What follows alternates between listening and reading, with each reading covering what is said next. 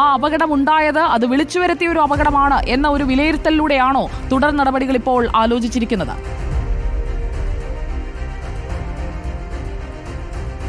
ഉന്നയിച്ചിട്ടുള്ള പ്രതിഷേധത്തോടൊപ്പം തന്നെ Kongad MLA K ശാന്തകുമാരിയും കൃത്യമായി പറയുന്നുണ്ട്, അവിടെ ഒരുക്കിയിട്ടുള്ള സജ്ജീകരണങ്ങളിൽ തനിക്ക് ഒട്ടും അതൃപ്തിയില്ല. മില്ലിംഗ് നടത്തിയിരുന്നു, അതായത് റോഡിൻ്റെ ഈ പ്രതലം മിനുസമുള്ളതാണ്, അത് മാറ്റാൻ വേണ്ടി മില്ലിംഗ് നടത്തി ഗ്രിപ്പുള്ളതാക്കിയിരുന്നു. പക്ഷേ ഇത് ഒരിക്കലും കൃത്യമായി ഒരു പരിഹാരമായിരുന്നില്ല.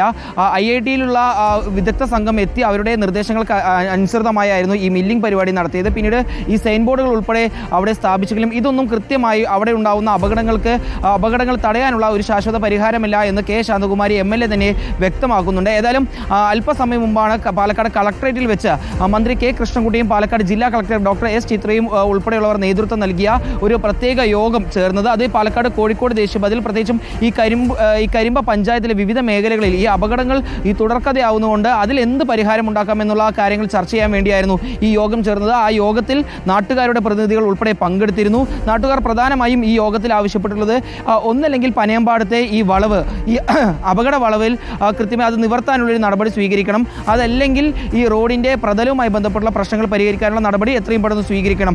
നിലവിൽ ഇതുമായി ബന്ധപ്പെട്ടുള്ള കാര്യങ്ങളിലേക്ക് കടക്കണമെങ്കിൽ കൃത്യമായിട്ടുള്ള പരിശോധന വേണമെന്നാണ് ഇപ്പോൾ ഉദ്യോഗസ്ഥരും അതുപോലെ തന്നെ ജനപ്രതിനിധികളും നാട്ടുകാരെ അറിയിച്ചിട്ടുള്ളത്. ഇതുമായി ബന്ധപ്പെട്ട് നാളെ തന്നെ പാലക്കാട് SP-യുടെയും അതുപോലെ തന്നെ RTO ഉദ്യോഗസ്ഥരുടെയും ദേശീയപാത അതോറിറ്റിയിലെ ഉദ്യോഗസ്ഥരുടെയും PWD ഉദ്യോഗസ്ഥരുടെയും നേതൃത്വത്തിൽ ഈ കരിമ്പ പഞ്ചായത്ത്, പാലക്കാട് കോഴിക്കോട് ദേശീയപാതയിലെ കരിമ്പ പഞ്ചായത്ത് മേഖലയിലുള്ള വിവിധ ഇടങ്ങളിലേക്ക് എത്തി കൃത്യമായി തന്നെ പരിശോധന നടത്തും. അതിനുശേഷം എന്താണ് സ്വീകരിക്കാൻ വേണ്ടി കഴിയുന്ന നടപടി, ആ നടപടി എത്രയും പെട്ടെന്ന് നടത്തും. ഓരോ ദിവസവും എന്തെല്ലാം നടപടികൾ സ്വീകരിച്ചു എന്നുള്ളത് കൃത്യമായി തന്നെ അസസ്മെന്റ് ചെയ്ത് മുന്നോട്ട്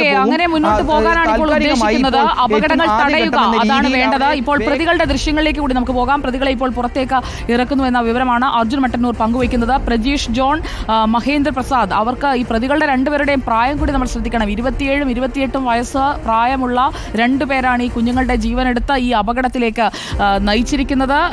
മലപ്പുറം നീലേശ്വരം സ്വദേശികളാണ് ഇവർ രണ്ടുപേരും. അവരെ ഇപ്പോൾ ഈ ലോറി ഡ്രൈവർമാരായ പ്രതികളെ ഇപ്പോൾ പോലീസ് സ്റ്റേഷനിൽ നിന്ന് പുറത്തേക്ക് ഇറക്കുന്നതിന്റെ ദൃശ്യങ്ങളാണ്. വഴിക്കടവ് സ്വദേശി പ്രജീഷ് ജോൺ, നീലേശ്വരം സ്വദേശി മഹേന്ദ്ര പ്രസാദ് എന്നിവരെയാണ് ഇപ്പോൾ പുറത്തേക്ക് ഇറക്കിയിരിക്കുന്നത്. റോഡിന്റെ അശാസ്ത്രീയതയാണ് അപകട കാരണമെന്ന് പറയുമ്പോൾ അത് എങ്ങനെ പുനഃക്രമീകരിക്കാൻ കഴിയും? നിരവധി അപകടങ്ങൾ ഒരേ സ്ഥലത്ത് തന്നെ ഉണ്ടാവുന്നു എന്നുള്ളതാണ് പാലക്കാട്ട് നമ്മൾ കാണുന്നതെങ്കിൽ